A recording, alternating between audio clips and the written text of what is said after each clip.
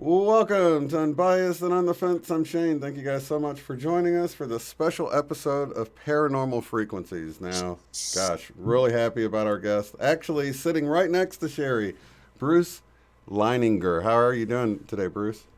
Having a great day. Great day. Glad to be here. Awesome. Thank you so much, Sherry, for making this happen. I think this is definitely the best documented case I've seen for reincarnation. Yeah. And so, yeah, I'm really excited. So Yeah, tell I us was who we gonna got say here. real quick. What happened was I had watched a ghost inside my child a long time ago, and I found Bruce and his wife and his son James on there, and it's something about it stayed with me to where I know now that it was some kind of a connection because it just I would think about it all the time and everything. And my grandson has the little birthmark. I've told everybody about it where we kind of thought he might be reincarnated from my brother who had died, or a little spark of him in him or whatever. But the case just stayed with me and stayed with me. And it was so weird when I went to contact him when I started doing this show. I found out he lives in my same town. That's awesome, So we man. were able to meet at the coffee shop, and he gave me a copy of the book, and now here we are. There we go. Well, I And tell you what, it is one of those stories, Bruce, that like once you hear it, it sticks with you. It's like anytime somebody says, well, reincarnation isn't real or whatever, it's like a reference point that you go back to. Just because it's so well documented, it's like, well, what about this? How do you explain this then? So that's why I and love this story. yeah. Well, the book itself contains much of the information that we're going to talk about tonight. There's some other things. We couldn't get everything into the book, so the goal will be to get through the slideshow and cover the material. But virtually everything that we're going to talk about is documented. And what I mean by documented, by primary resources, I have military records, I have eyewitness reports from interviews, I have signed statements from people. So it is documented. And to start off, I was not a believer of any of this. So I'm not trying to convince anybody to believe anything. And if someone has a better explanation for what this is, this phenomena is, I'd certainly be happy to listen. Because I went into this as a skeptic. I wasn't cynical because I was seeing something happen to my son that was very intimidating. And I was worried about him. So for those people that are skeptics, I enjoy that. Hmm. We just shouldn't blindly accept anything, and I'm not trying to convince anybody of anything. These are just facts. We're searching for the truth, and I searched for the truth, and unfortunately, it didn't match up with what I wanted it to be. Yeah. Well, while we're on that topic, what was your going into this? Were you like raised religious, where you didn't really have a belief in reincarnation, or didn't really line up with how you were raised? Because that's kind of how I was raised. Yeah. Well, no, I did not believe in reincarnation. I grew up as a Methodist. I Hmm. went to church on a regular basis with my mother and my sister. My father wasn't as engaged in church, but he would go every once in a while. But my view of this is that our souls live forever. I mean, Christianity talks about the eternity of the soul. Mm-hmm. So when I was confronted with this, it was, well, gee, why does the soul come back and make a cameo appearance? Right. Uh, and that doesn't initially make any sense to me. And when it was first raised by my mother-in-law, and I affectionately called my mother-in-law, my wife, and her two sisters the panel, because I had to argue with the panel because I didn't believe this. Excuse me, but the first word in chapter 10 of this book is bullshit. Okay. Forget it. This is not happening in my house. Well, I might as well have gone down to the shore and told the tide not to come in. Okay, because everything that I was able to discover only confirmed things he said. And he talked about himself. Some people have mentioned, well, he's channeling another soul. But there are many different times he referred, well, who's the little man in the dream? Me. What were you doing? I was attacking the island. You know, that was when I was shot down. Scores of things he recorded that way. First person memories. That's right. Yeah. So, because some people have suggested that, and that's certainly a valid option, but that's not what this was. So this was him talking about things and then speaking, and we'll get into the slides. He said things that a child, anybody out there with a child is going to say, I've never had a child say anything like that. Right. He was talking from another time and place. It's amazing. Which every time he did it, it floored me. It still floors me when I think about it. Oh yeah, yeah. And it's hard to wrap your head around it, and to be so close to it, and to have that skeptical approach. Yep. You ask the tough questions, which is good. You know, it's good to be a skeptic. Yeah. If you're an honest skeptic, you know, if you're going to go in there and if you're led a different direction than what you feel, but you're willing to follow that information there, you know, that's really what you want. Yeah, and by education, that was what I was taught to do to get to the facts. The work that I did professionally I was a human resources executive. You know, you don't want to go on opinion. You know, if there's something going on, you want to find out what happened. And you know, if there's two sides of the story. If there's two people, there's three sides of the story. There's their side, there's my side, and then what happened. Right. You know, you got to be able to use critical thinking skills. Yeah. You know, what's next? How do I verify this? So that's the approach I took. You know, how am I going to? I don't know what I was going to find, and I don't know where I was going to find it. But that's on the slide. Yeah, let's do the. Oh, go ahead. Well, is it on the slides about when Andrea bought him the plane and the drop tank? Yeah, is that on there? That's not on there, but yeah, I mean, I just want him to tell that part. Yeah, we can fit it in whenever we get to where that fits into the story. There's just some parts that I really love, you know. Yeah, that's. Yeah, let me switch. I'll share my screen. There's a whole bunch of things that he said that we're going to go into that. You know, that wasn't a fair fight. Look how cute he is. Now that first slide, everything that we're going to talk about in terms of things he said and did. He was within 2 years of this. That picture was taken of him just after we got to Louisiana. So he wasn't even 2 years old yet. Wow. So by the time he was 4 or 5, there were a few things he said after that, maybe up to 6 or 7. But everything we're going to talk about, he said when he was that big. There we go. My bad. Got a little bit of echo. Wasn't in kindergarten. So go to the next slide. All right. What happened was we were on our way to relocating from Dallas, Texas to Lafayette, Louisiana. And he was always a buzz about airplanes. He'd be out in the backyard and a plane would fly over, and we lived in Richardson, Texas, and he'd go running out into the backyard. So when I took him to this museum, the reason I took him to this museum is I was able to come home every couple of weeks. And I figured, well, since he likes airplanes so much, I'll take him to this little flight museum in Addison. And I said, the kicker is there's a McDonald's next to it, and we'll go get some ice cream. He was more interested in the ice cream till we got here. When we got to this museum, I couldn't get him out of this room. I'd take him to another room, and He's so tiny.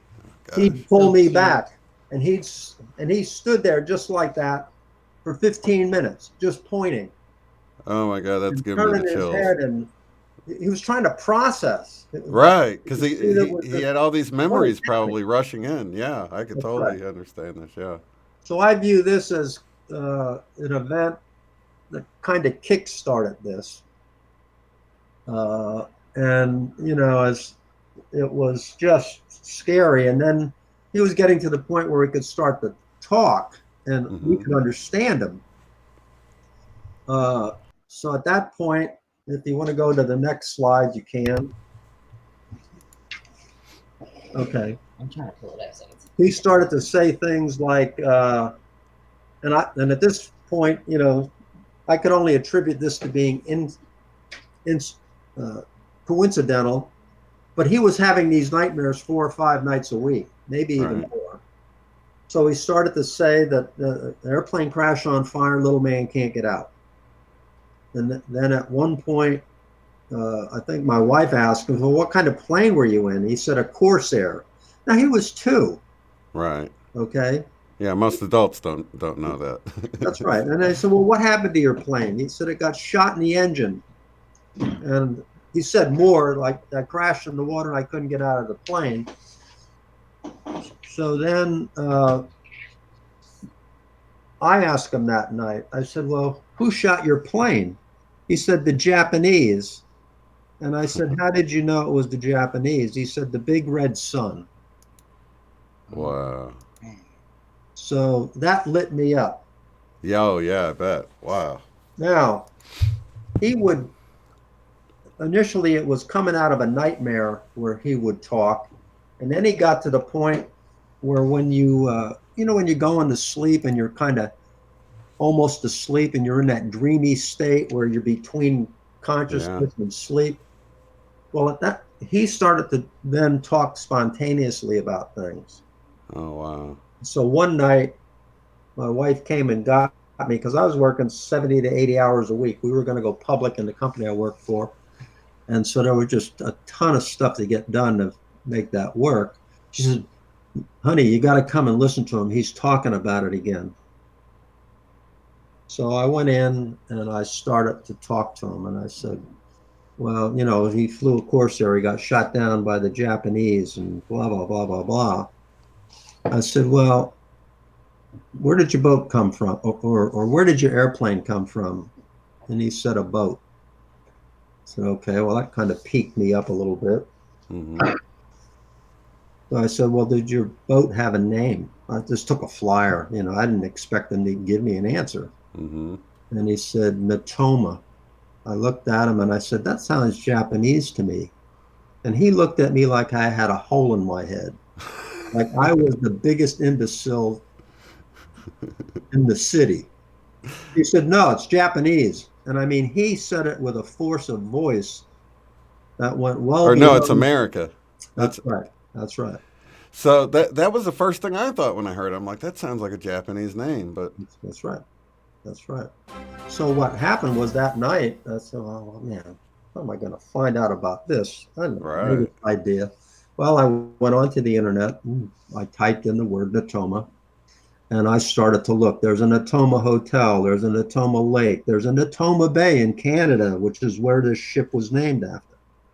Down around hit 400. I don't know how many pages. Up came the picture you're looking at. oh, wow. And it was a history of the ship about USS Natoma Bay, CVE 62. And I read the report and I printed it out. That was August 27th of 2000. James was born in April, so he was 2 years and 4 months old. Wow. Okay. And I read it and it said it supported the entire war in the Pacific. Yeah. So that was the first thing he said, and I was stumped. The hair still goes up on my neck. Yeah, oh, yeah, that's so wild. So then my wife would ask him, well, who's the little man in the dream? He said, me. Uh, well, Is couldn't this the really make next any slide? Should sense out of that. But then it was in late September, he again woke up and was talking about it. So we said, well, is there anyone else in your dream? And he said, yes, a guy named Jack. Again, I was just took a flyer. I said, well, did he have another name or a second name? And he goes, yeah, Larson, Jack Larson. wow. Well, as it turns out, that's a picture of James with Jack Larson at the Natoma Bay reunion in 2004. James was 6. Wow. Okay.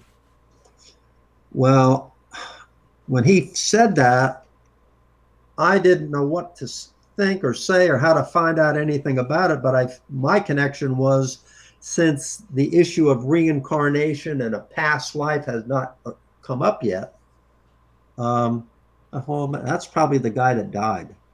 He's talking about Jack who died. Mhm. Because I didn't have really anything else to go on. And I did research, and I found that there were 170 men with the last name Larson killed in World War II. Mm. Okay. You can go to the American Battle Monuments Commission and dial in LARSON or LARSEN, and you'll get 170 names. Mm. Well, I don't know what to do with that, Yeah. other than it said where they were, what their rank was, when they were killed or missing, and a few other odds and ends, but it didn't give me any other details. So that was the second piece of information we had. If you go to the next slide, what wound up happening is there's a picture. That picture on the left, the X on the left is that's Jack Larson. Okay. Mm-hmm. The X in the middle is a named James M. Huston Jr. Now that will have some significance here in a couple minutes Okay. because that's the person that my son was having past life memories of, and they were in the same squadron. Wow. Okay, this is a picture of the squadron in February of 1945. These are the pilots.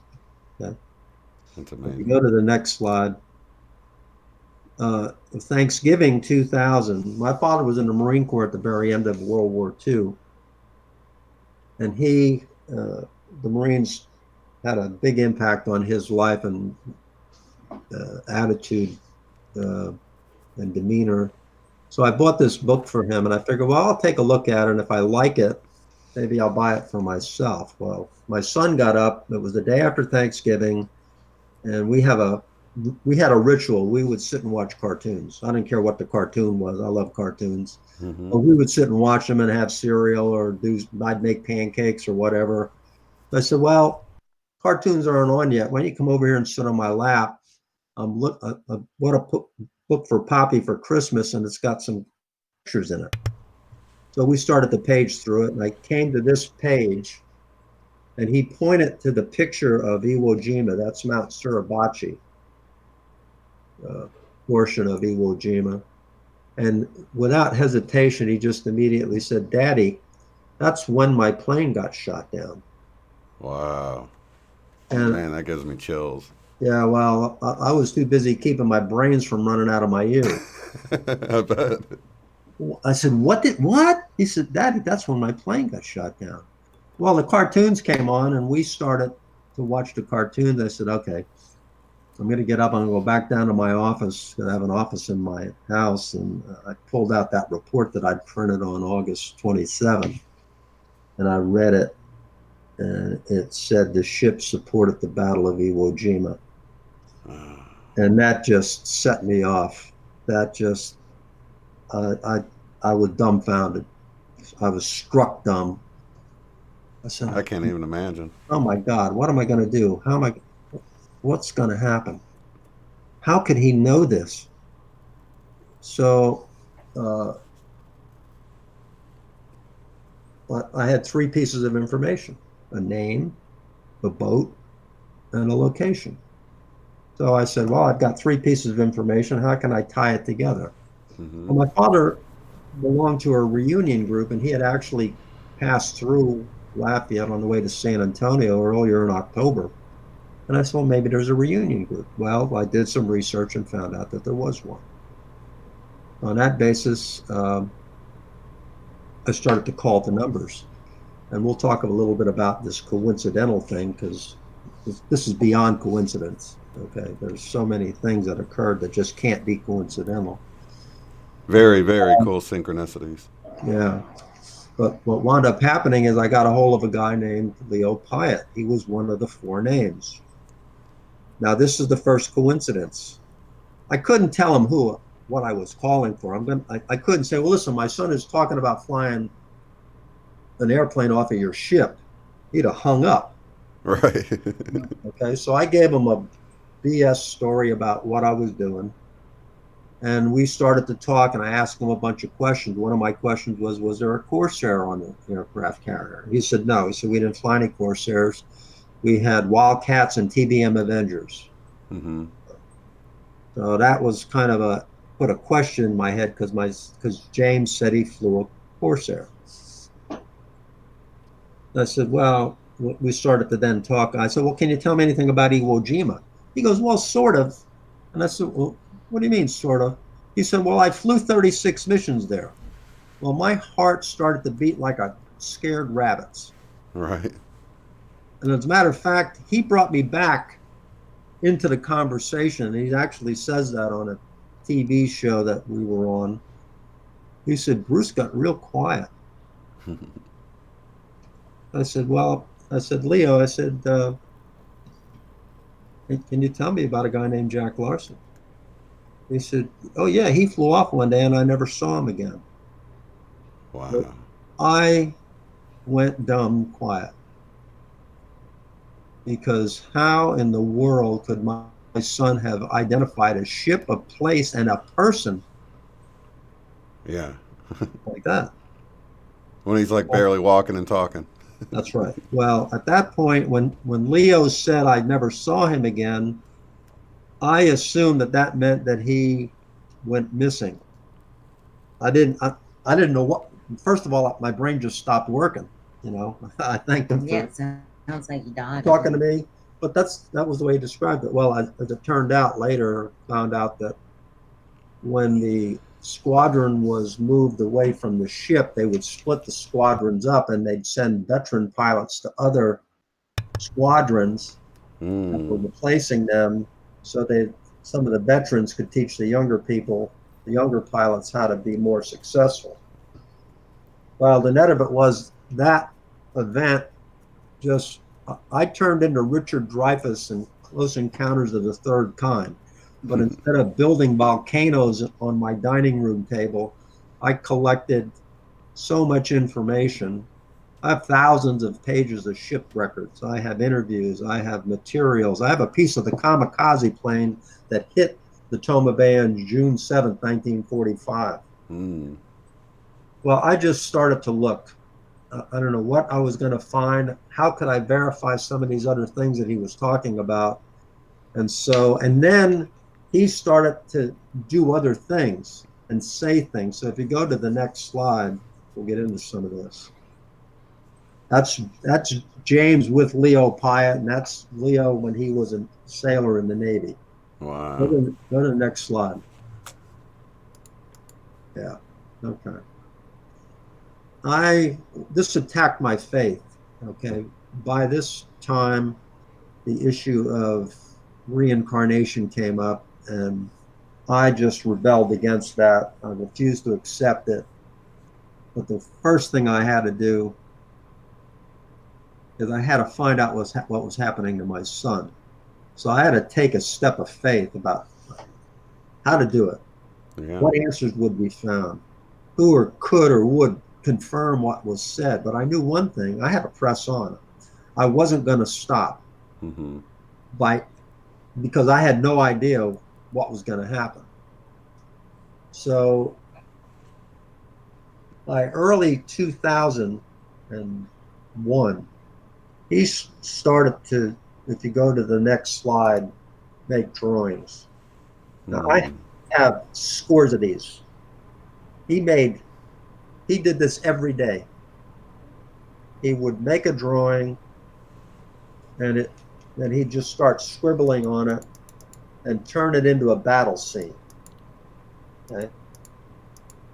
And the picture on the right is pretty compelling because that's the first one that he drew, and he signed it James 3, which was mystifying. He didn't sign every one James 3, but he signed probably 15 or 20 of them. But those dots, that is flak coming at you. And there's a brief segment on ABC primetime the first time we were on it. That was a short movie clip, video clip of a gun camera, probably from an aircraft. And that's what flak looks like when it's coming at you. Mm-hmm. Well, he had a certain accuracy to the pictures, but the issue of James 3, I said, why are you signing your name James 3? He said, I'm the third James. Well, there's no James Jr. What do you mean third James? So that was mystifying. And I didn't know what to do with it. But at this point, we were still a year and a half away from going to the Matoma Bay reunion, which I was told I'd get invited to by Leo. He said, well, we're going to have this reunion in 2002 and make sure you get contacted. So I just had to bide my time because there really wasn't much I could do. There was stuff I found, but I didn't know what to do with it. I didn't have hard documents that could do anything and prove anything. So during this period of time, if you go to the next slide, when I talk about where he's twisting up my paper clip. Why is it not? Yeah, just go to the next. There we go. He started he wasn't playing fair because he had all the cards. Okay, and this was not a child talking. So I'm going to go through a few things, but before I go through these things on the screen, I'm going to cover this one little thing that I love. Sherry asked about. My wife had taken him into a Hobby Lobby. She was getting some dried flowers and stuff like that to help decorate our house.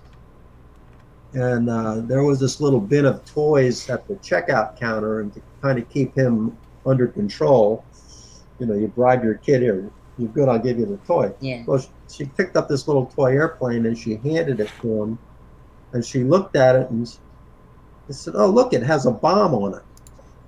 And his immediate response to her was, that's not a bomb, Mommy, that's a drop tank. A drop tank. Yeah. You know, there's a whole lot of 2-year-olds know about that. Right. Not to the GI Joes, is that in there? Or you know? We're gonna hit that. Okay, yeah. Cool. Oh, anyway, back to the slide. I'm sorry, Shane. Oh no, I love that story. That's awesome. Yeah. Okay. I love all these little stories. Yeah, so go back. Okay, so I'm just gonna say some of these things and give you a little quick story. Life is like a carrier landing. I had it was my birthday, or a couple of days after my birthday, and I used to go for a walk with James. I'd get home and we'd go take a little walk. Sometimes I'd carry him on my shoulder, or he'd walk alongside me. So as we're walking around the block, I said, James, it's really nice to be with you. I said, Daddy really had a hard day, a really terrible problem with a client. And he said, I'm really tired and I feel kind of beat up. He looked at me, he goes, Dad, he said, every day is like a carrier landing. If you can walk away from it, you're okay. Oh, yeah. Okay. Who you been hanging around, kid? That's fascinating that it can bring something like a saying from a previous life, though. I mean, that's a step further than a memory. You know, that's amazing. That's right. That's right. And then this is my neck. He was playing one day in the sunroom. I didn't see this. This is an anecdote from my wife. And he got up and he was saluting. He was board straight. And he goes, yes, sir. He says, this is my neck, but I'll do it. Yes, sir. Yeah. Yeah. It doesn't say that. You know, right. It's like, right. What time is Teletubbies on? You know? Right. Then we were on a show. He was a little bit older now, and we were being taped on a Skype very similar to this with Fox 8. And he was about 8 or 9. And he said, it can end so quickly. He said, you have to really enjoy life. Mm. He may have been 8 or 9. But still, how profound for a kid that age, yeah. The next two are really kind of amazing. We were visiting a sister-in-law and his cousins, and we were at their community pool, and they were in a little fountain that had like 2 levels, and it was round, and they were up in the top of it, in ankle deep in water, and they were up there, shoot the Japs, and they're making believe like they're firing machine guns. Mm-hmm. My wife Andrea, love her to death, she called them over and said, James, just stop saying that. She said, there's other people at the pool. Yeah. And then she goes, and anyway, she said, we won the war. And he looked at her and he goes, we won the war? We won the war? And I was there. It was like BJ Day broke out right there on the pool deck. It was, what? So we cool. won the war, and he was hopping around. Yeah, we won. Like he just found out. Yeah. And but yeah, from his point of view, if you think about it, he died in the war, so it would have felt like, a loss to him, just that lingering thought of death or whatever. And then to find out, and then, he knew he didn't die in vain. And so, yeah, I can imagine that was a pretty thrilling moment to figure that out. But it was also just startling to, mm-hmm. Most people to see his reaction. Most people don't know anything about World War II. Right, And then the last one was, there's this issue of senses, that all of his senses carried memories. Mm-hmm. So when we were first going to get ourselves on television, we had to tell people we were going to be on television, so don't swallow your tongue when you hear the story. So anyway, Ann Barron, who was a sister of the guy that my son talked about having past life memories of, she sent him a little package, and in it was a little plastic Bakelite model of a Corsair that was a final effect of James M. Huston's. Mm. And we were actually filming for ABC Primetime when that package showed up. So we were handing him what was in the package. There was a bust of George Washington, and there was another toy, something or other in it. Well, when he got to the plastic airplane, he pulled it to his nose, and he goes, "This smells like an aircraft carrier." Wow. I haven't the vaguest idea what an aircraft carrier smells like, but I can tell you that it had been wrapped up and stored in an attic for 50 years, 60 years at that point. And it had an oily, diesel-y smell, smoky smell to it, because plastic will absorb odors. Right. Mm-hmm. And this was a model that would hang in the ready room of a aircraft carrier for aircraft recognition purposes, and guys would use them to mimic different maneuvers. This is like an aircraft carrier. Now, and this was all stuff he said when he was less than 5. Right. Okay. That's wild. Move ahead. Then there were some things where just forget anything rational. Okay. This wasn't a fair fight. Hurricane Lily hit here in early October or late September of 2002. And when we were able to come back, we were cleaning up in the backyard and raking up leaves. And he was jumping in the leaves and spreading them out faster than I could rake them up. So I said, "Come over here and sit on my lap." He said, "I love you to death. You're such a great little son." And he said, "I'm glad we're back at the house. The hurricane is over and we're just cleaning up." So he's sitting on my lap and he says, well, Daddy, he said, I knew you'd be a good father when I picked you. And here we go again. I said, what do you mean when you picked me? He said, when I picked you and Mommy, I knew you would be good parents. And I said, no, wait a minute. Hold on. You picked us? Where were we? He said, you were at a big pink hotel. And I, again, got real quiet. I said, here he comes again. I'm going to get knocked over.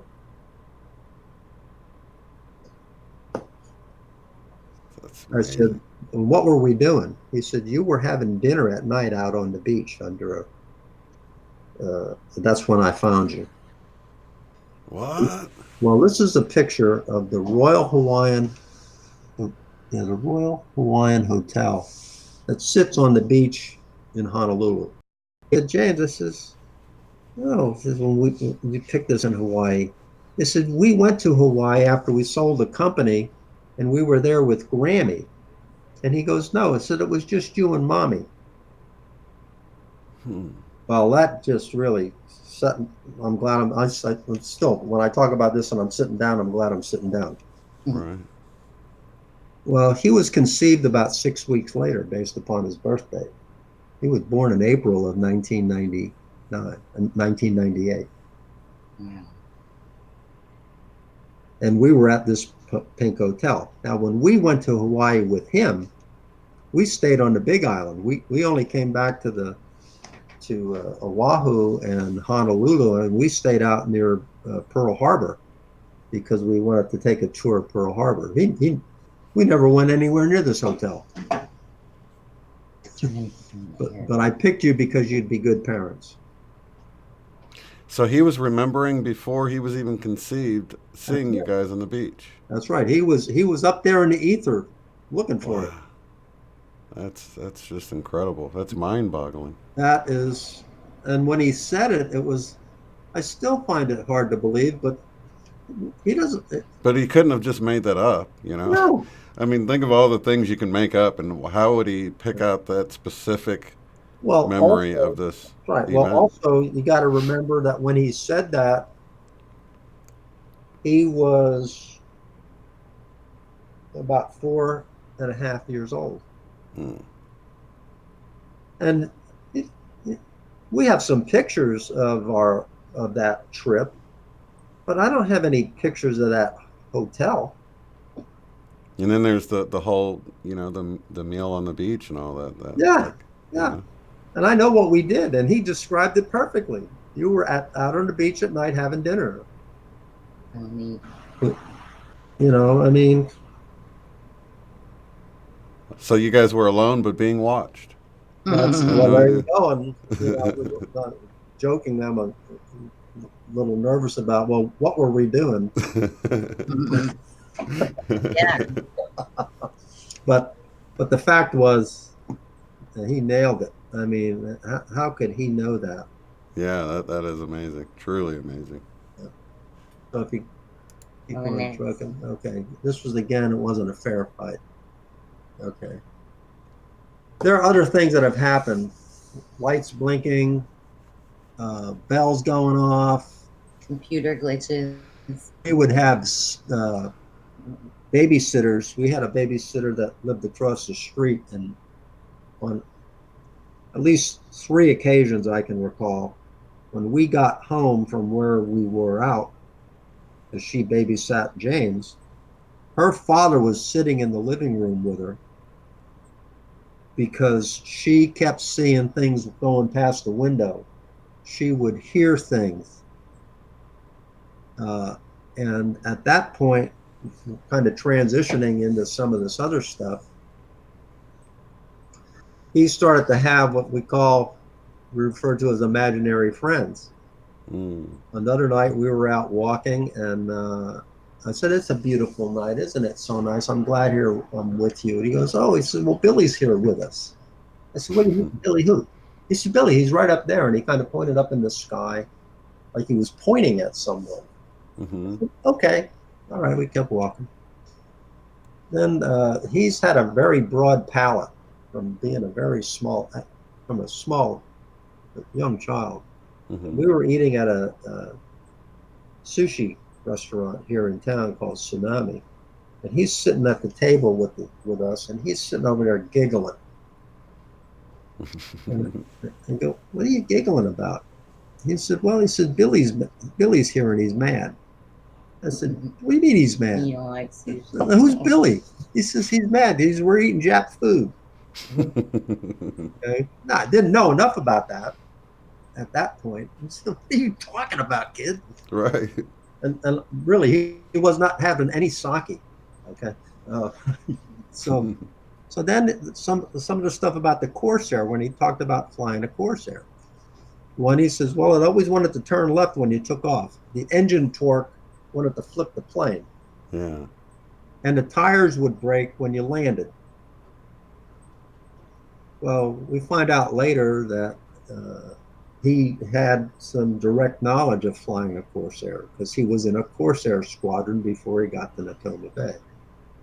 Then another place that he pointed out,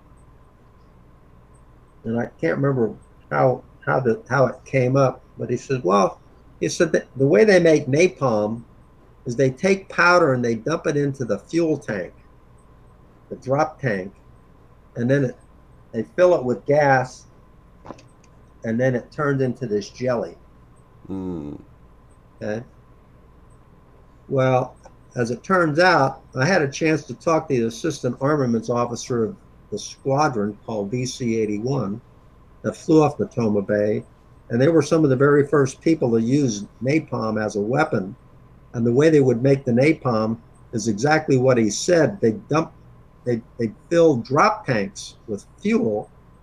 They put a charge in it, like a grenade, and attach it to a hard point on the aircraft. And when they dropped the tank, it would pull the pin out. And if you did it at the right height and speed, it would go off when it hit the ground. Right. Okay. Well, I actually have some documentation on that in the action reports from the ship. And as it turned out, Jack Larson was the assistant armaments officer aboard Natoma Bay for his squadron. And he described exactly what James said. Wow. Okay. Then another one is this was after we'd started to get some notoriety, and a friend of ours called us up or called me up and said, "Listen, there's going to be a good show on about Corsairs. So you watch it." So James and I are watching it. Andrea is watching it. And it was this gun camera footage, real rapid, no more than a couple seconds on the screen. And most of the narrative had to do with the Corsair fighting Zeros. Mm-hmm. But James just casually says, "That's not a Zero, that's a Tony." I said, "What?" I said, "That's not a Zero, it's a Tony." I said, "What's a Tony?" He said, "That's a smaller, faster fighter than a Zero." Well, by this time, I'd accumulated a ton of information. I went in and did some research and found out that the Tony was an aircraft that mimicked the ME-109. The Germans had transferred the technology to the Japanese, and they were trying to build them and use them in the war. Mm-hmm. Now, that's the truth. Wow. What I wound up doing is, at that point, I was dumbfounded. So I called Jack Larson and another guy named Bob Greenwald, who we'll talk about here in a little while. And I said, "What is a Tony?" Bob Greenwald had no idea. Jack Larson, who was a career Navy guy, he stayed in the Navy for like 25 years. He said, "Well," he said, "it was a Jap fighter."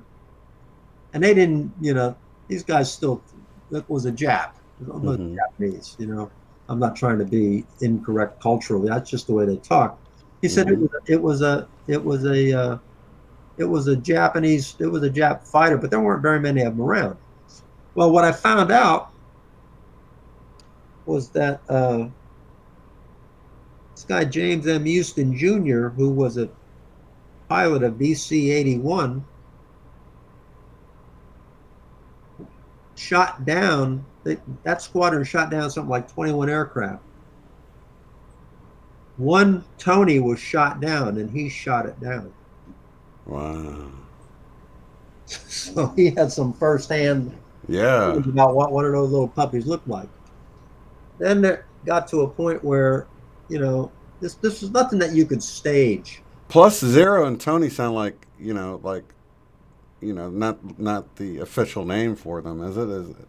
The Tony, Like Yeah. a name that like the Yeah, it sounds like a nickname that the pilots would know, and the yeah, pilots would yeah. call it that. But I mean, is that what they go by? Tony Well, and that's Zero. another thing that my son pointed out. He said when the plane is named after a boy, it's a fighter, and when it's named after a girl, it's a bomber, Uh, which is absolutely the truth.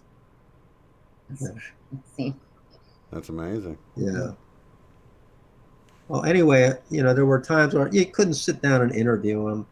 These were spontaneous memories, kind of like if you're driving down the street Hmm. and you see something that makes you think about something you did 15 years ago. Yeah, it's like kids say the darndest things on steroids or something, isn't it? There you go. There you go. That's exactly it. That's a great example.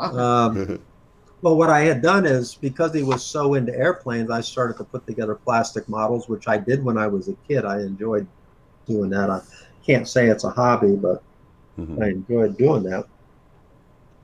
So I built a model of an FM2 Wildcat, and I gave it to him to play with before we hung it up on the ceiling. And if he broke a part off of it, I could glue it back on it. That's all plastic, Right.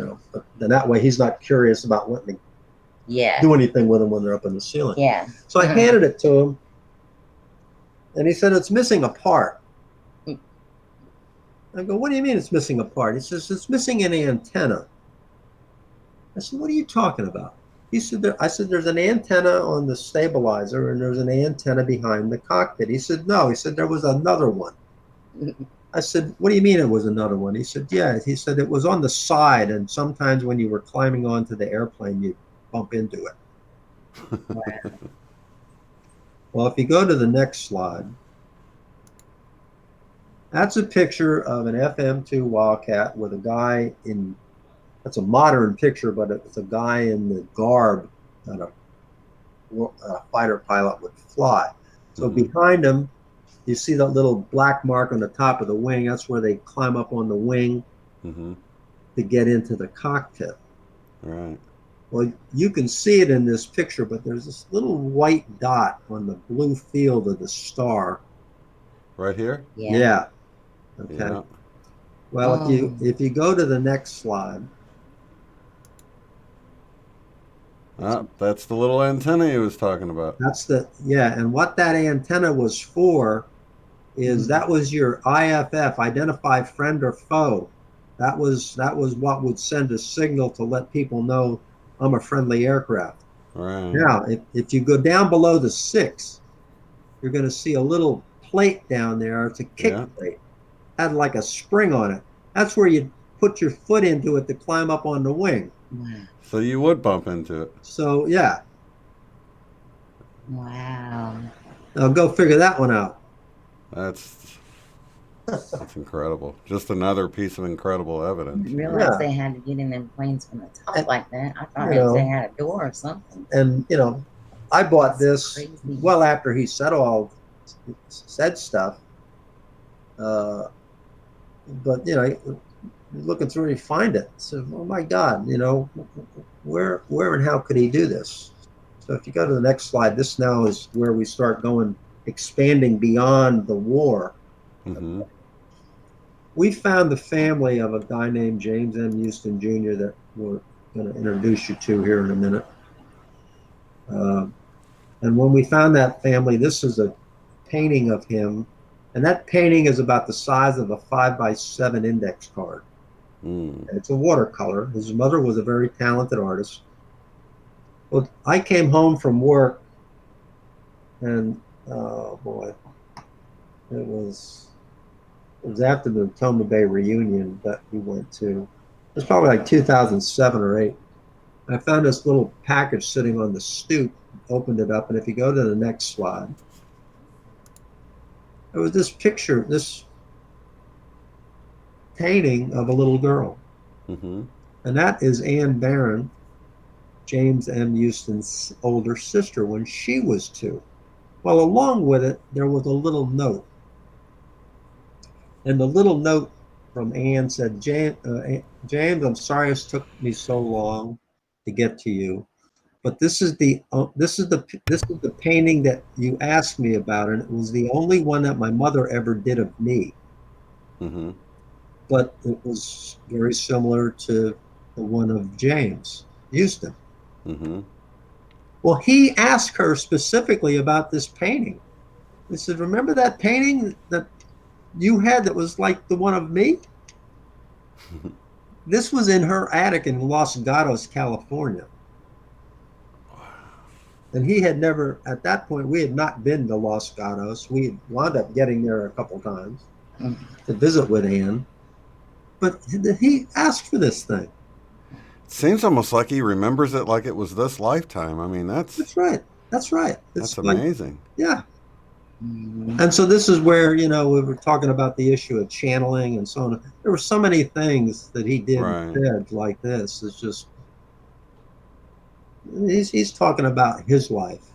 Exactly. Yeah, to have something trigger the memory like that and then I'm bringing it up, that's not channeling. Yeah. So go to the next slide and we're going to get to Billy. Okay. Because of James, now you see the date on this picture, I think it's March 30th of 03. Oh, My birthday. So it was just before he was 5. Well, he started to receive these G.I. Joe dolls, and this particular one was named Billy. Mm-hmm. So that imaginary friend now was personified in Billy. Well, sometime later, and I'm going to say it might have been for Christmas, he might have got this for his birthday, actually. For Christmas, he got a blonde doll, and he named it Leon. Mm-hmm. Now, Leon is a pretty unusual name. Yeah. I know of 2 people named Leon. Leon Spinks and Leon Panetta. Panetta was a cabinet member for Bill Clinton. Mm-hmm. And Leon Spinks was a fighter back in the 70s. Okay.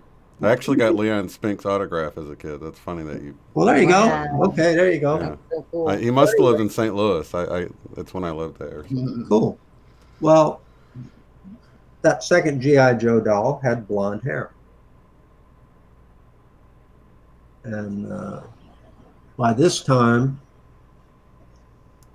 some of the stuff that he was talking about started to make sense, but I really hadn't firmed it up yet because I didn't know what to do with it. So about a year later, he got a third doll, and he named it Walter. And Walter was a Navy SEAL G.I. Joe, Mm-hmm. and it had red hair. Well, by that time, I started to do research in the guys that had been killed serving aboard the ship because I'm working on actually a second book called The Navy of Angels. Mm-hmm. And so I had the opportunity we had the opportunity to find the families of 15 of the 21 men that were killed. But I started to learn a lot about some of these other guys. And when he got the third doll and he named it Walter and it had red hair, I freaked. Because all 3 of those names meant something, and you're going to find out what it means quickly here. That was on Christmas, and when he was getting ready to go to bed, I went in and asked him, and I knew the answer about what those names meant, but I didn't know I couldn't have anticipated what he was going to say. Mm-hmm. James, I said, why did you name them Billy, Leon, and Walter? He said, because they greeted me when I went to heaven. Wow. They go to the next picture. That's Billy Rufus Peeler. His brother actually lived in Alexandria, and I had a chance to visit with him several times. In fact, they wound up coming to a reunion where we had a memorial service for all of these men. Well, Billy was killed November 17th, 1944. He was an FM2 pilot, okay, and he was an ensign, and he was in a squadron called VC-81, Hmm. okay, and Was he this right before, date-wise? When was this in relationship to James's death? well, that's what you're going to get here in a minute. Okay, okay. Okay, so go to the next one. This next one is Leon Stevens Connor, who was Hmm. killed on October 25th. He was a TBM pilot, and this guy actually won a Navy Cross in the Battle of Leyte Gulf. Hmm. Um, was killed. You can see from the picture he's got blonde hair, Yeah, matching what James said, and why he yeah. named that doll Billy. Go to the next Leon, one. yeah. That's Walter John Devlin, a red-haired Irishman from Queens, New York. Well, They called him Big Red. He was about 6'4". They couldn't figure out how he could fit into a Wildcat cockpit. hmm. And the guy that told me what color hair he had was actually another pilot from the squadron named Ken Wable, who's since passed. Okay. He was killed on October 26, 1944. And all three of those men were members of the squadron DC-81. You go to the next picture. This is a picture of James McCready Huston Jr., killed on March 3rd, 1945. Mm. They were all members of the same squadron, and this is James 2 of That's amazing. James 3 notoriety. Okay.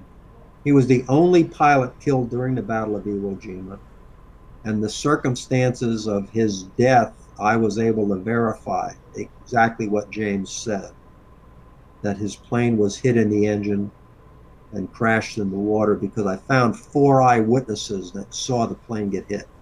Wow. Which we want to talk about coincidence. First thing is, James only ever received 3 G.I. Joe dolls.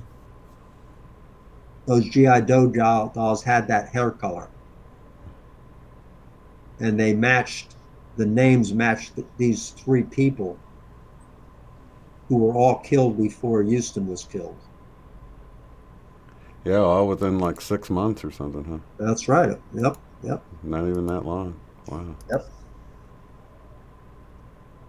So And that's amazing. It's like they passed away, and then they're just waiting on the other side to greet the other people that pass away. Like it's, I don't know. well, this is another glimpse of eternity. Yeah, That those spirits and souls yeah. That we're not just these flesh suits that we're in. are You are out there. That's a great thing you just said. Yeah. Okay. So go to the next one. Okay. These are some things that, again, was this a child talking? Mm-hmm. Okay. My wife and her sisters and her mother are some of the most inquisitive people in the world, and I joke about it. I said, I don't know why they took so long to find Osama bin Laden. If it would have been these 4, they'd had him in 2 weeks, because they'd get after it. Right. So anyway, he's in the sunroom one day playing, which is a room that's adjacent to the kitchen, and so he looked kind of pensive. And so Andrea came up to him and said, "Well, James, is there really a heaven?" And he goes, "Oh, yes." He said, there is. He said, and he said, she goes, "What's it like?" He said, "Well, it's really beautiful. And it's right here.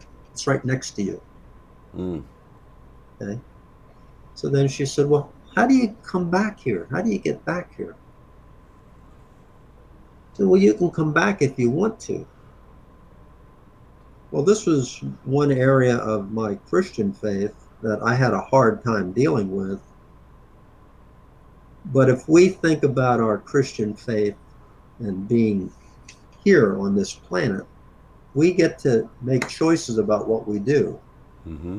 We either do something well or poorly. We either You know, we we get choice. So one thing that always baffled me about getting to heaven is, so it turns into this plain vanilla Garden of Eden thing. Um, that, that just, why would you go through all this to do that and not have any other dimension of life or any Mm-hmm. other dimension to it? It just never made sense to me. So when he said it, it struck me as, well, it looks like when you get to heaven, your opportunity to exercise your will is still there. Yeah, that So, totally makes sense. so then, one of the most profound things I have ever heard anyone say is next. My wife looked at him and he says, well, it's just, I'm just curious, is God a man or a woman? Oh, Yeah, go back. Is God a man or a woman? This was his answer. Like I said, this is about the most profound thing I have ever heard anyone say. This is, God is whoever you need God to be when you need him. wow. Now he was 5 or 6 when he said that, Yeah, that's amazing. but that's a level of spiritual maturity. That statement's at such an incredible level of spiritual maturity. It still blows me away. Yeah. Okay, let me go to the next slide. This is just the reflective. Do you think this universe fights for souls to be together? Some things are just too strange and too strong to be coincidences. Mm-hmm. To me, the 3 guys meeting him in heaven, not a coincidence. No way. Okay. That Jack Larson was the only pilot on the roster of the reunion group that was still alive, and he happened to be the same person that my son named. But Jack Larson flew the mission on the same mission that James Huston was killed on. Mm-hmm. Okay. So to me, this is just not a coincidence. This is this there's a reason for all this. Oh, So absolutely. Yeah, and our group is used to these synchronicities that happen all the time. That yeah, they're mind blowing. and this one is we're loaded with it. Yeah, definitely. Yep. So if you go to the next one, that's the same picture of Leo. The luck of the draw. If I would have got anybody else, I don't know who Jack Larson is. I'd just stop because I wouldn't. There was no other place to go. I would have not had any idea. So what about? I mean, was Leo freaking out about that? Is that's Well, no, Leo is actually quite in tune with it. When I called Leo and said, Leo, I said, we're going to be on TV, a story about our son, and it has to do with the fact that all of the things that I've asked you about are because of things James remembered and told me about. And he said, this is reincarnation. He said, we've been talking about this in my church. mm, So these veterans been quite accepting of this event. Now, the next one is the next slide is kind of a nail that I was hanging my hat on. mm-hmm. James always said he flew in a Corsair, but he didn't. He never said he flew a Wildcat. Well, the Corsair was probably one of the hottest, fastest, best technology that flew in the air in World War II. And James M. Huston Jr. was a member of VF 301, and they actually test flew the Corsair off of an aircraft carrier in Lake Michigan to qualify it for use by the Navy. And Huston, this is the picture that Ann Barron sent to us. Ann was James M. Huston Jr.'s sister. Mm-hmm. And she sent us this picture. When I got this picture, again, my brain went dead because it was Huston in front of a Corsair. Okay. And there's another guy that flew in the same squadron with him that we'll talk about here in a few minutes, a guy named Bob Greenwald. That was another place where we went to the Natoma Bay reunion, and we may get ahead of ourselves, but I'll tell it now. And it was a great event. We had families 9 of the families of the men that were killed came to that reunion. We had a beautiful memorial service at the Nimitz Museum out in Fredericksburg, Texas. There was a guy named Bob Greenwald who flew in BF 301, was also in BC 81, because he and Huston came aboard Natoma Bay on October 8, 1944. Well, James was in school, so we had to take him up to the room to do a little bit of his homework. It wasn't a big deal, but we wanted to make sure he kept up with his work because the reunion was in late September. Well, Bob Greenwald was coming down the elevator, and James had never spoken to. We had not said anything about Bob Greenwald. I'd spoken to him a couple times. Bob came out of the elevator and looked down at him because he'd seen James on TV, because by then we'd been on TV several times. And he goes, "I bet you don't know who I am." And James looked up at him without hesitating. He says, "You're Bob Greenwald." Well, Bob came chasing after me. He says, "The kid knows who I am." I said, "Bob," I said, "I have no idea how he knows." So I asked him later, remember about these senses, the smell of an aircraft carrier? I said, "James," I said, "how did you know that was Mr. Greenwald?" He goes, "I remembered his voice." Wow. His voice. His voice. Again, that's another instance of, well, we're talking about channeling. Yeah, but that chills there. Wow, that's amazing. I remembered his voice. Mm-hmm. So continue on. Like, I went to the reunion, and again, this is stranger. I came back from the reunion, and you can see if you examine this what time it was, okay, and what date it was. I had come back from the reunion, and I needed to know more about Iwo Jima because the action report describing the loss of James Huston said they were attacking Iwo Jima. Well, I have the action report. It's Aircraft Action Report 81, actually, from March 3rd, 1945.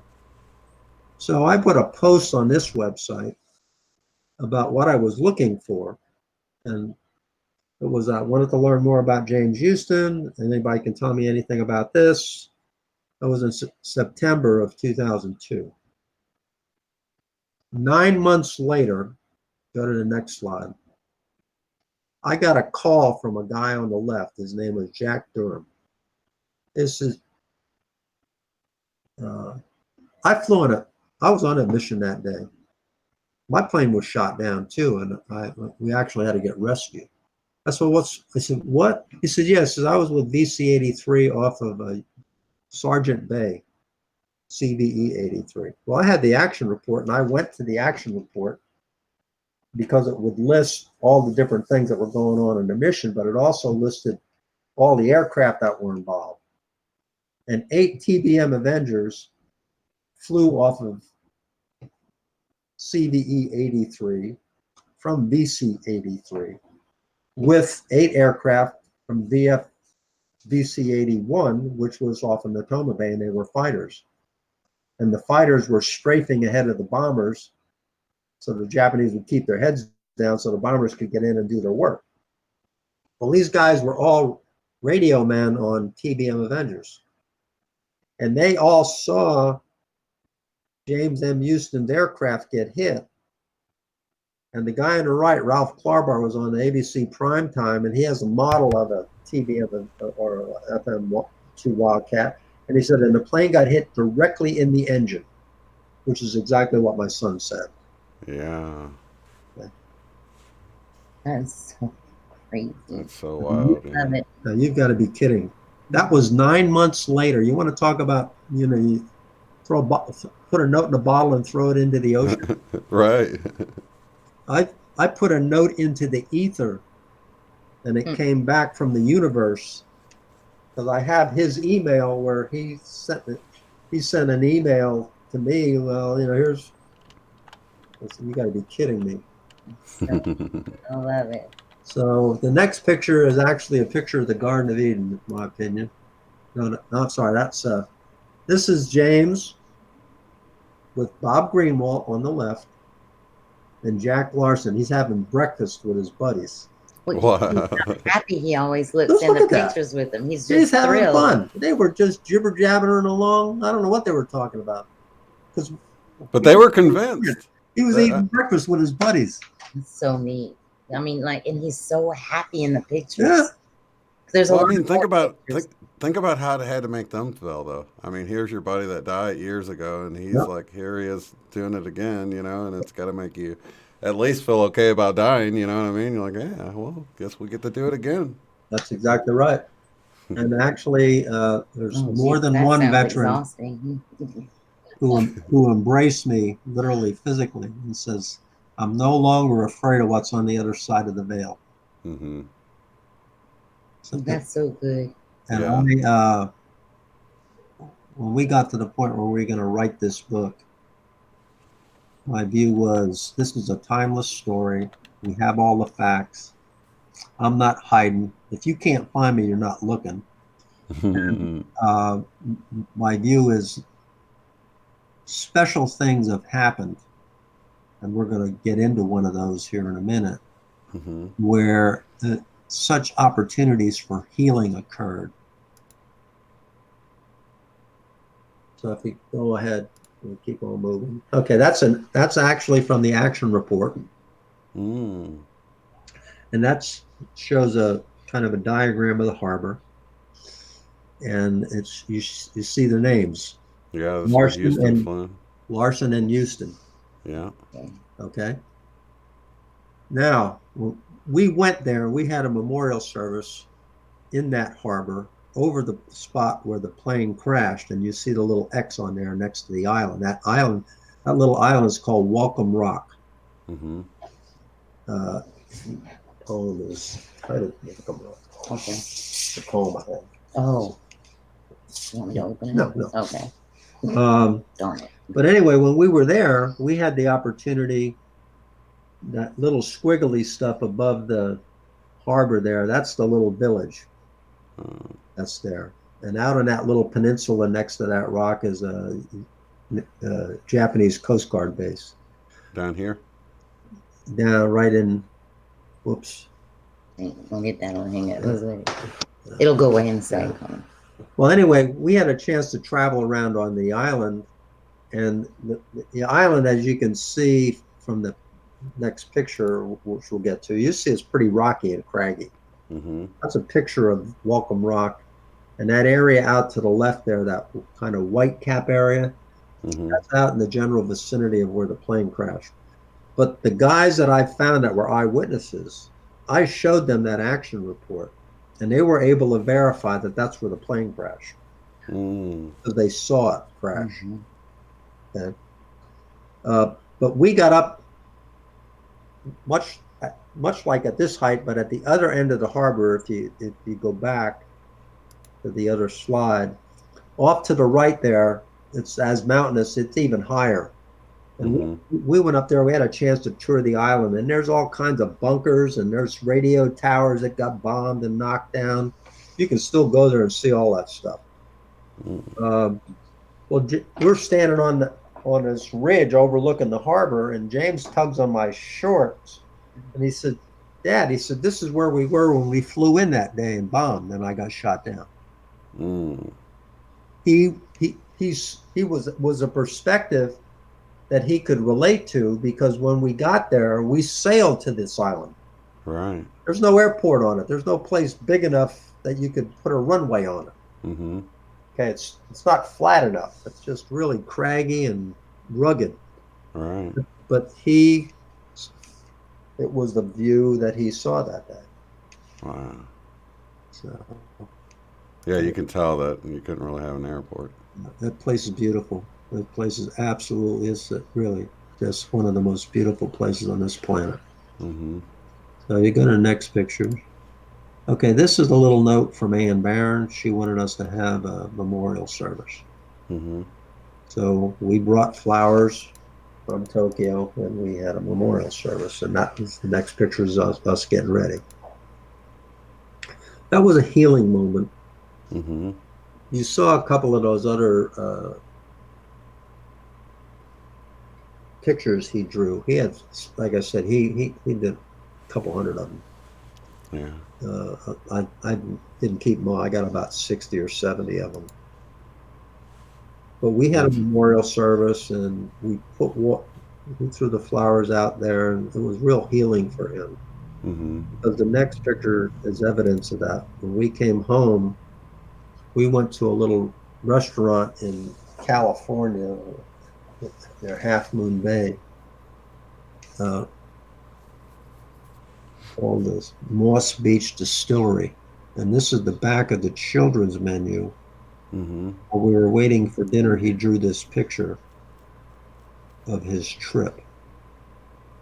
We were also going to spend time with Ann Barron because she lived about 50 miles away from Moss Beach. Mm-hmm. This is the last thing that he drew. He didn't draw any more after this. Mm. But that is not a picture of a child having a bad memory. No. Wow. Yeah, it's actually amazing that he put the Japanese flags and stuff up now. Yep. It's all peaceful. Yeah, you can see that his perspective completely changed. That's amazing. There's a plane up there that's not dropping bombs. Right. We have some comical drawings he did. He had one where it was a little picture about how to get safely across the street with all hell breaking loose over the head of the people walking across the street and they're shooting at each other. Yeah, he just was drawing the same thing on his schoolwork. It's pretty humorous. There you go on. Let's see what we got next. Okay. So, one of the things about this is the issue of reincarnation. And again, I'm not trying to prove anything. These are just all facts. And I can't come to any other conclusion except that our souls go on forever. I signed my book. You can ask her. She can pull her book and read it about how I sign each book. Yep. It says, Nurture your soul. Nurture your soul, for you're on an eternal journey. With God's blessing, Andrea and Bruce Leininger. Yep. So, if our soul, if our souls go on and we live for eternity, then the whole issue is, well, what are we doing here? Why are we here? Searching for the known. Mm-hmm. How do we spend our lives? And the general direction is it's a physical phenomena, and then you make mental theoretical models, and then you get to your theory and your proof. Mm-hmm. Okay. This was the opposite. Okay. If you go to the next picture where we talk about healing, here's James with Ann Barron. Mm-hmm. That was his older sister. And they were friends. Look how happy he is. That's what gets me every time in these pictures. He's like, it's just like he's just in his glory. Yep. And they would talk with each other on a regular basis. They sent each other gifts. They'd talk to each other at Christmas, on their birthdays. It was such a charming thing to see. Didn't you say how it almost seemed like the purpose for it was she was afraid that he'd suffered or something, Well, yeah, I'll get to that. Sorry. A little bit. Yeah. And we had a memorial service at the Nimitz Museum, the Museum of the Pacific War, and there's a plaque we put up there that has this one? Yeah, and that's all the men that were killed. You'll see on VC-81, you'll see Leon Connor, Walter Devlin, and you'll see Billy Peel's names there. Okay. Walter, James, You'll see James M. Huston Jr. And you go to the next slide, And those are members of the families. The guy in the lower left, that's Billy Peeler's brother. Wow.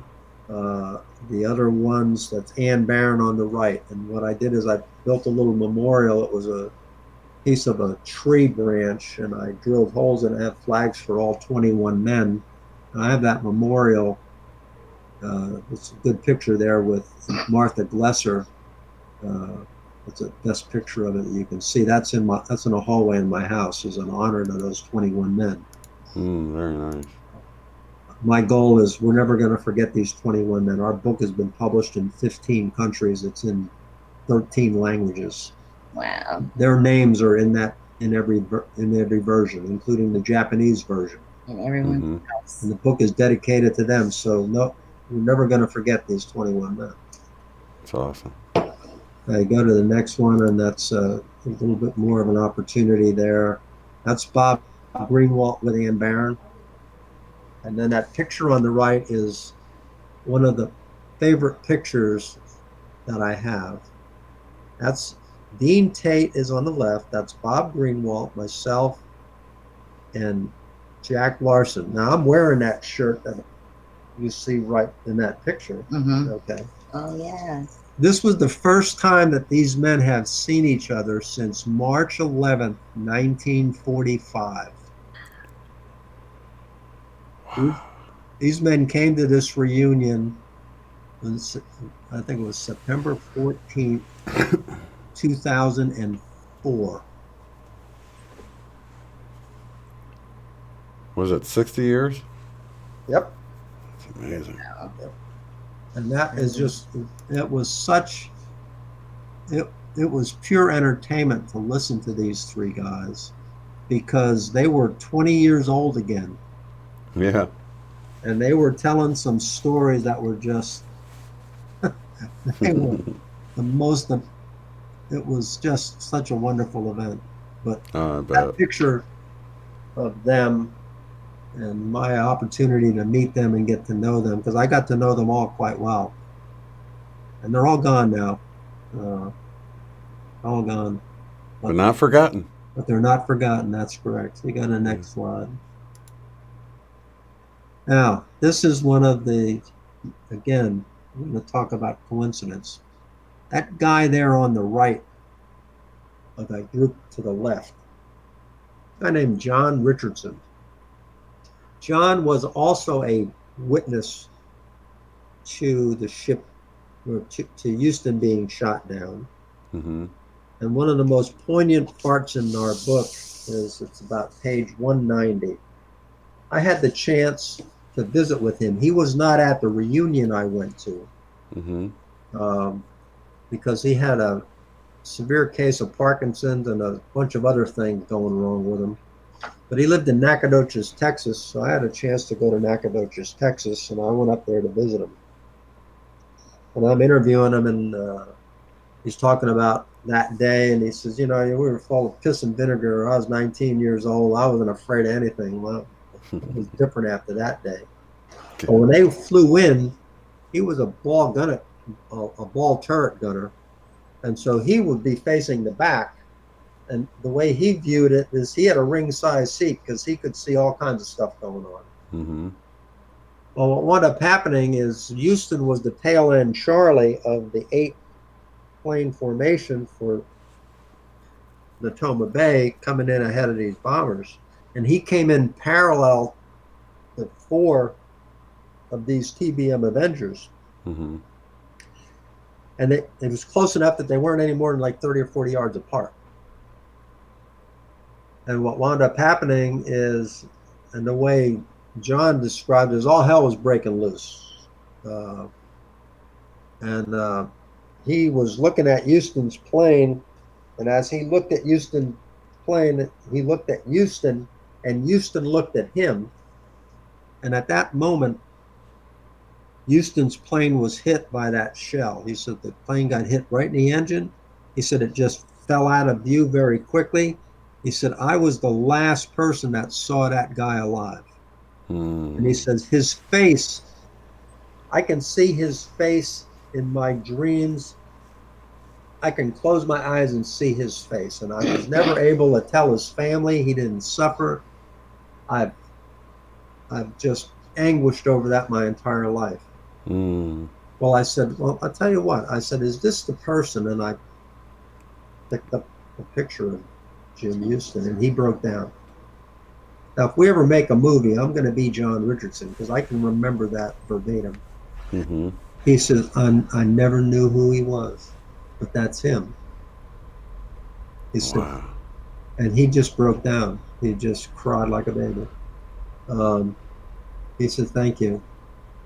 Well, he got a chance to talk to Ann Barron, who was the only sibling, a direct family member, was still alive of Huston, his family. And Annie was very happy to hear that her brother didn't suffer Mm-hmm. because John was able to tell her that. And then John died less than 6 months after that phone call. Wow. So he had the opportunity to at least get some closure Mm-hmm. on that event. To me, that's healing. That is. It's almost like even if he was supposed to die, he wasn't gonna die until that happened. Whatever. You know what I mean? Yep. That's, Yeah. Who knows? Somehow it worked like that, like it was supposed to. But to have that opportunity, and it was so. I have a hard time talking about it. Yeah. Yeah, because think about it. He lived his whole life with that weighing so heavy, and Yep. then to be able to let that go, that's extremely powerful. But to then again, we talk about a plan. This is beyond coincidence. Right. Death in the air is anonymous. No one ever sees what happened to these guys. Yeah. The other 21 men that were killed, the other 20 men that were killed, no one knows what happened to them. Yeah. They have the vaguest idea. All they know is they didn't come back. Mm-hmm. And here to find there are actually 5 eyewitnesses. Mm-hmm. One was a pilot, a guy named Provost, lived in Mississippi. But to have this kind of thing happen, to me, is so humbling to have been. If my son picked me, I would have been the last person in the world I would have picked. But I was just determined that I wasn't going to quit looking until I found the answers. Yeah. Which is very fortunate that we were able to do that. And again, it's the issue of coincidence, timing. Yeah. Okay. I couldn't have done this 5 or 6 years earlier because the internet was just up enough to be a useful tool in 2000. And if it had been 5 to 7 years later, these guys were dead. Yeah. So No, I think this was definitely ordained or meant to get out. This whole experience. And you can sit and have a couple beers and talk about that. And, yeah. Well, is that right? Well, to me, there's just too many things that have occurred, and so my role today, as I speak all over the place on this, and I speak to small groups and large groups because my goal is nurture your soul. You're on an eternal journey. You have the opportunity to travel through eternity, but that doesn't mean that you take the journey for granted. Mm-hmm. What that means is it's the opportunity for you. I spoke with a guy named Dr. Norm Sheely, who is a holistic medicine guru in this country the other day. I went to a seminar that he did. I said, what do you think about reincarnation? Because he claims that he can remember past lives and has specific information, right, too. Mm-hmm. He said it's evolution of my soul. Yeah. He said, what a gift. Oh yeah. So that's kind of like where I end up with this thing, that You know, this is a timeless story. I'm privileged and humbled by it daily, and it's never going to go away. This is something that affects people's lives in a way that's very positive. Uh, I've had we had a blog going, a website for our book for several years, and scores and scores of entries from that blog. But when you receive a blog from someone who's an atheist, says, I have to rethink what I'm believing because of your story, that's the kind of fruit that the tree needs to bear. I'm not trying to convince somebody to believe anything, but when you get on that path of spiritual growth, And seeking truth. and that's a good thing. That's Yeah. not a bad thing. That issue of enlightenment, seeking the light, seeking more light. You know, what does that do to enlarge us? Yeah. And so many people that live in fear of the unknown and the afterlife. And, you know, just for people to be able to rest in peace, as they say, you know what I mean? Because so many people are so in fear about dying. And I think this just lets you see, like we mentioned earlier, these are just outfits that we're wearing for our 3D experience. But, you Yep. know, we're these infinite beings inside. Yep. And thank goodness for amnesia, you know? I mean, think about remembering lifetime upon lifetime. It's probably a good thing we don't remember, you know? Well, there's another thing, and I actually had this conversation with this doctor too. We had the opportunity to go out to dinner. You know, we talk about energy. You know, the first law of thermodynamics is you can't create or destroy energy. It's Mm-hmm. always preserved. That's just a law of science. So, because he said something in his seminar, it's just something I've thought for some time. That there's energy to our thoughts. There is energy to our soul. Mm-hmm. And if that's not true, then why does an idea move the earth? Why does an idea of an electric car or electric, that was a thought, Yeah, everything starts as a thought. you know?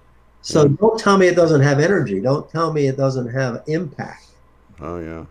So if that's true, then the energy of our soul is conserved Mm-hmm. because it's part and parcel of the same thing. Now, is there proof of that? No, I don't know that you can prove it, but that's what faith is all about anyway. Yeah.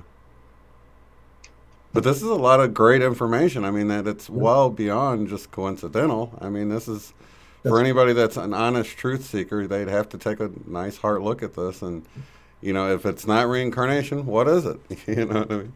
And I don't think that it's incompatible with yeah, the Bible, maybe with some doctrine, but yeah. I don't think it's incompatible with the Bible because, I mean, Well, they asked who John the Baptist was and it said it was Elijah. Why would they say that if yeah. this sort of, you know, coming in the spirit of Elijah in the Bible? Well, You know act, what I mean? That's sort of reincarnation if you think about it. well, actually, up until Constantine, the Yeah, Roman emperor who yeah. essentially adopted Christianity for Mm-hmm. Rome, there was a tremendous amount of speculation and discussion about reincarnation. Mm-hmm. But that was a position that the church didn't take, All right. got rid of it, because if if I'm on an eternal journey, do I need a guide? All right. Well, that's then the church loses control. Exactly. Yeah. And then you lose the whole fear of hell and all of that too. So, That's right. you So know, if you can without hold that over someone's head, you can see why those who are in control would like to keep their control and say, "Hey, come to us. Don't go directly to God." Yep. You know. Well, without being critical, I mean, up until the early 60s or so, Catholic masses were done in Latin. Mm-hmm. Well, who could understand it? Right.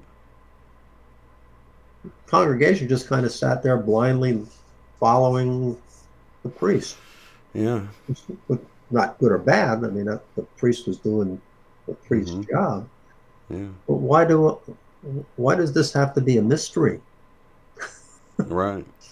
And why did it have to be so long for them to even translate it from the Bible from Latin to begin with? Right. Well, just think about the gift. We were on Montel Williams when he had a show, and we had the opportunity to actually have a dinner with him. And he actually said it on the show. We were never able to get a copy of it, but he said, as a parent, what would you do as a parent if you knew that your child picked you? Now, you got to think about that. Yeah. Because it's not like this was some random act of a sperm chasing an egg. Right, right. Okay?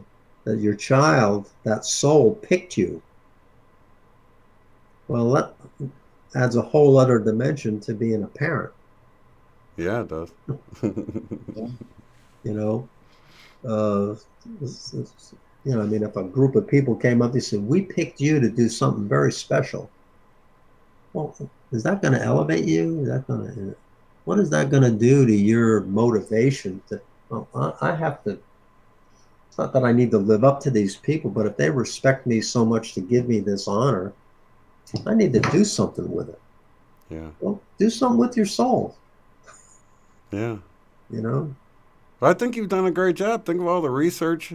Yeah. I mean, for many ways of looking at this, I mean, we're interviewing you because you were the one that had to go through this whole process with your son. You know, here he is an adult now, you know, and we want to respect his privacy or whatever, but he's doing good now, and he probably, does he even have much memory at all at this point? Yeah, that stuff kind of goes away, and it has to do with the way the brain develops. But Yeah. every once in a while, he'll have incidental thoughts, and I'm going to just call them kind of flashbacks to it. Yeah. Because I think they say 7 years old is when they typically lose all of those memories, but his were so strong to begin with. I can see him hanging on to some, you know. Well, yeah, the way the brain develops is you don't start developing a long-term memory until you're about 5 or 6. Right. So most people can't remember hardly anything about being younger than that. Yeah.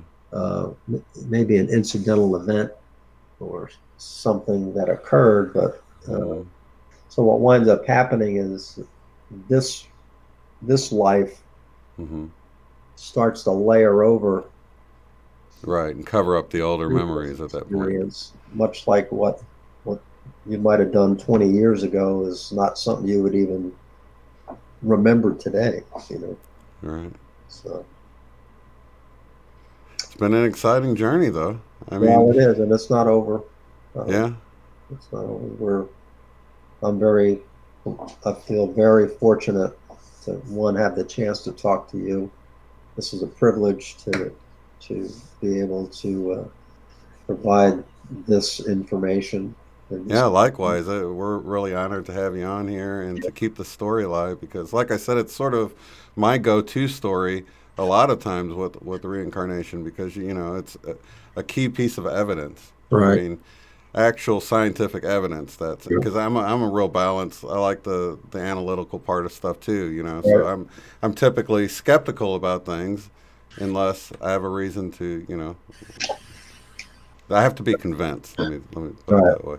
But I'm open-minded at the same time. You know? Well, when I locked onto this, I had the very first documentation that I received I received 9 rolls of microfilm from the Natoma Bay Association because they wanted to help me with my research. Where I said, you know, at some point I want to get a book written about your ship. I copied 9 rolls of microfilm a page at a time. It took me 3 weeks. I have about 5,000 pages of action report, ship log, smooth deck log, aircraft action reports of all 3 squadrons. One of the squadrons the last squadron that flew off Natoma Bay was a squadron that sank more German submarines in World War II than any other squadron, DC-9. and the war in the Atlantic was over, so they were shipped to the Pacific, and they were the last squadron to serve aboard in Toma Bay. So, Very nice. yeah. So where do we go from here with the story? Well, I continue to speak about it. Mm-hmm. We have some work being done right now where there's going to be a documentary series being done that we're going to be featured in. This past week, I actually received some contact from my agent that there's a movie production company that is interested in the story. We've gone down that path a couple times already. So I don't want to talk about something that hasn't happened, but this feels better. This feels right because they're asking me the right questions. That wasn't what happened before. There's a level of understanding in terms of what they're trying to do. And then, What I'm scheduled to speak at a reunion next summer, a Navy reunion. Some friends that were in the Navy, and they want me to come and talk to them. But it never stops. Never stops. Well, we got a question from the chat asking how James is doing today.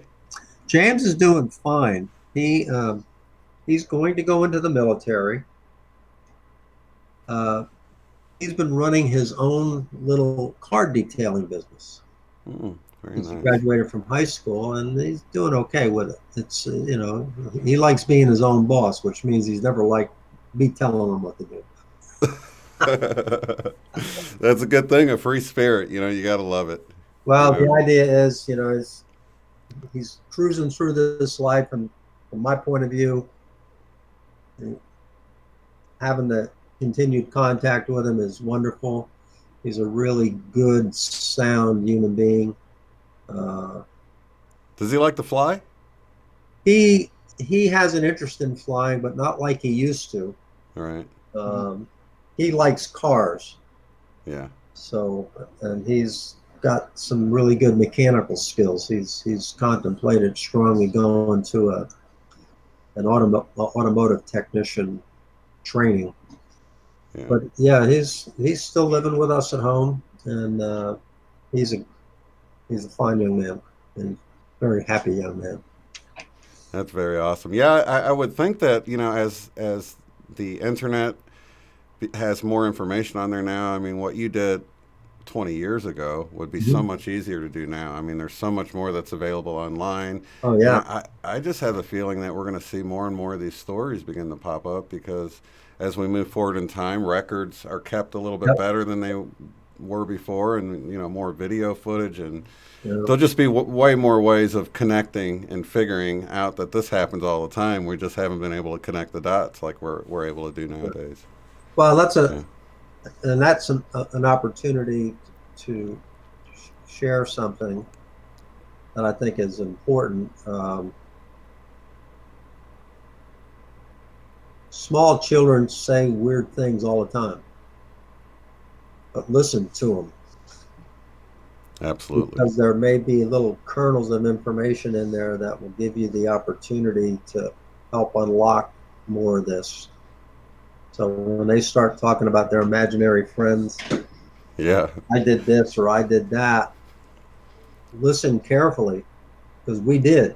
And I certainly startled and baffled as I went through this, where everything I was finding out was not on my side of the equation. I was not happy about that. Right. Wait a minute. Well, this is not supposed to be happening. Why is I'm only finding out that it happened? But for those people that are out there that either have children that are listening, or know people that have small children that are saying things unusual, pay attention to them. And if there's a little piece of information that seems like it's tangible, like, what was the name of your ship, Natoma? Right. Okay. Look for it, because the internet in a nanosecond will, you don't have to you don't have to be that diligent to find anything. You have to use critical thinking to know what to do with it when you find it. But now it's easy to find. Yeah. Yeah, somebody's bringing up the fact that after drawing that picture of the memorial, he was sort of able to just kind of let go of that life and get closure with it. It sounds like, doesn't it? That's exactly what happened. And uh, we have a video of the memorial service, and he broke down and cried like a baby. Wow. He saluted James Huston, said, "I'll never forget you." And everybody on the boat, the film crew, the captain of the little boat, but the Japanese are not very demonstrative people. We were all in tears because he just let it go. He let it there, which we didn't know what would happen when we went there. We just knew that it was an opportunity of a lifetime to do something that I just would have never dreamt would have occurred. Yeah. Uh, but yeah, the healing took place. So thank that person for asking that question. Yes, ma'am, or yes, sir. Thank you, April. Well, so that's awesome. So yeah, we want to, whenever you get the documentary launched or you're ever wanting to come back on here to, Okay. to promote anything, just please do let us know, man, because this is a fascinating story that it never gets old. Right. Here Right. it is 20 years later, and it's still just as fascinating as ever. Oh yeah. Yeah, and there's other things that he said and did. Um, That's in uh, the book. We actually have a link to the book, so yeah, anybody can go and pick that up and yeah, hear about all the, because there's yeah, so many. That's too much to cover in yeah. a And show I'm like easy to this. find. You know, somebody wants to talk to me, I'd be happy to talk to them. Uh, um, when we wrote this, I told my wife, I said, look, I said, this is never going to go away. And it's not like we're badgered or anything.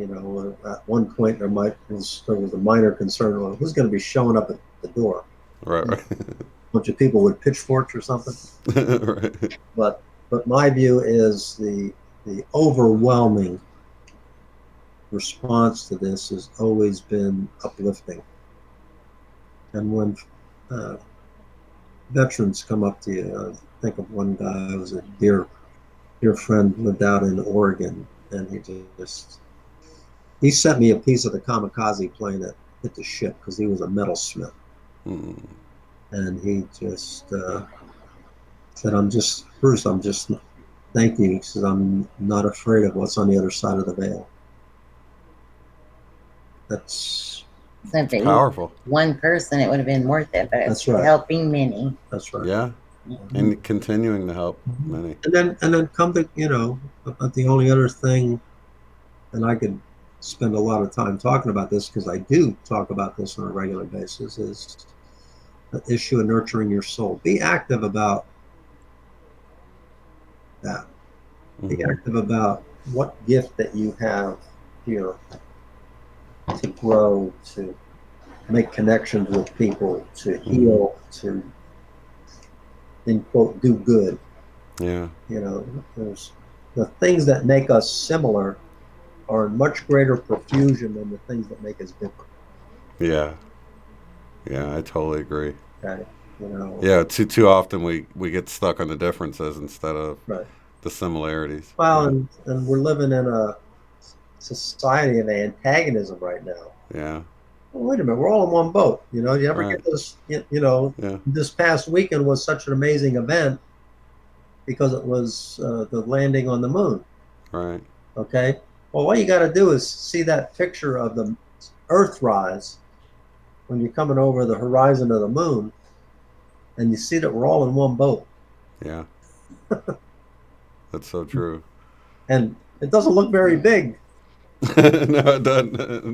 No, it doesn't look very big for the moon, does it?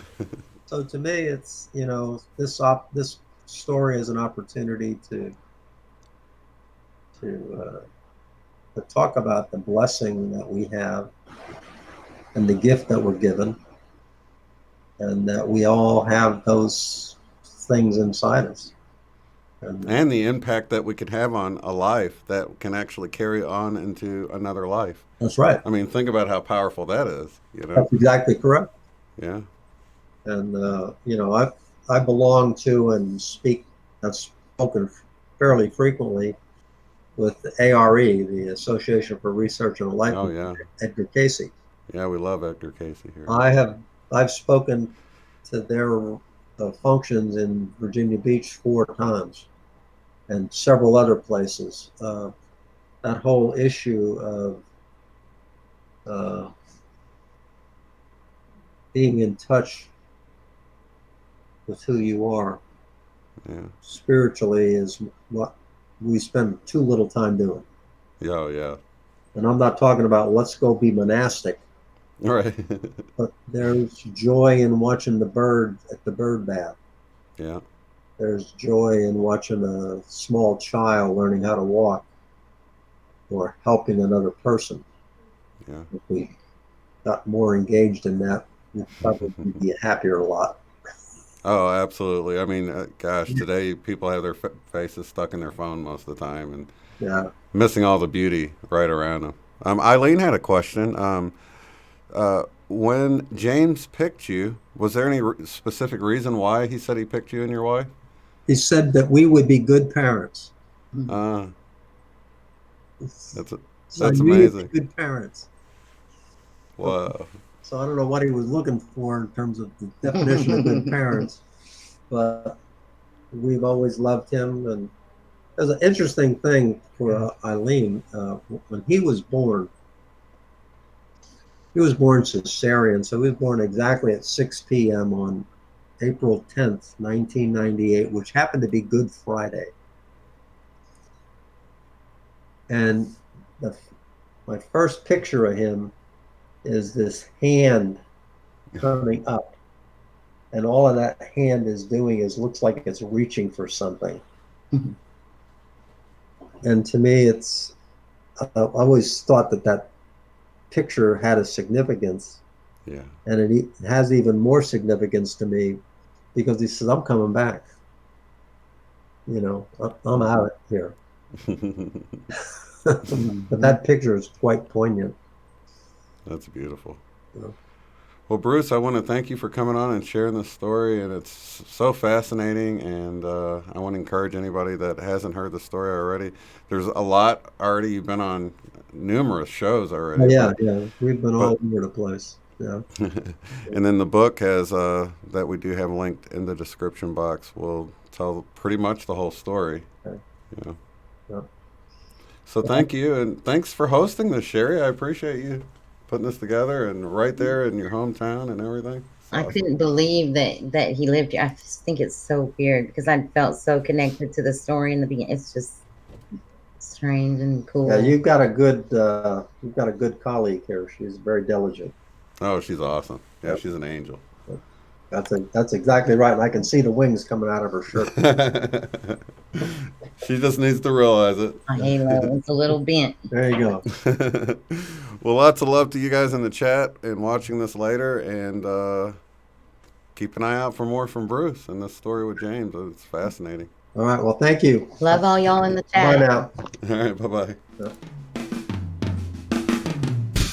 If you'd like to support the work I do, go to paypal.me/UOTF.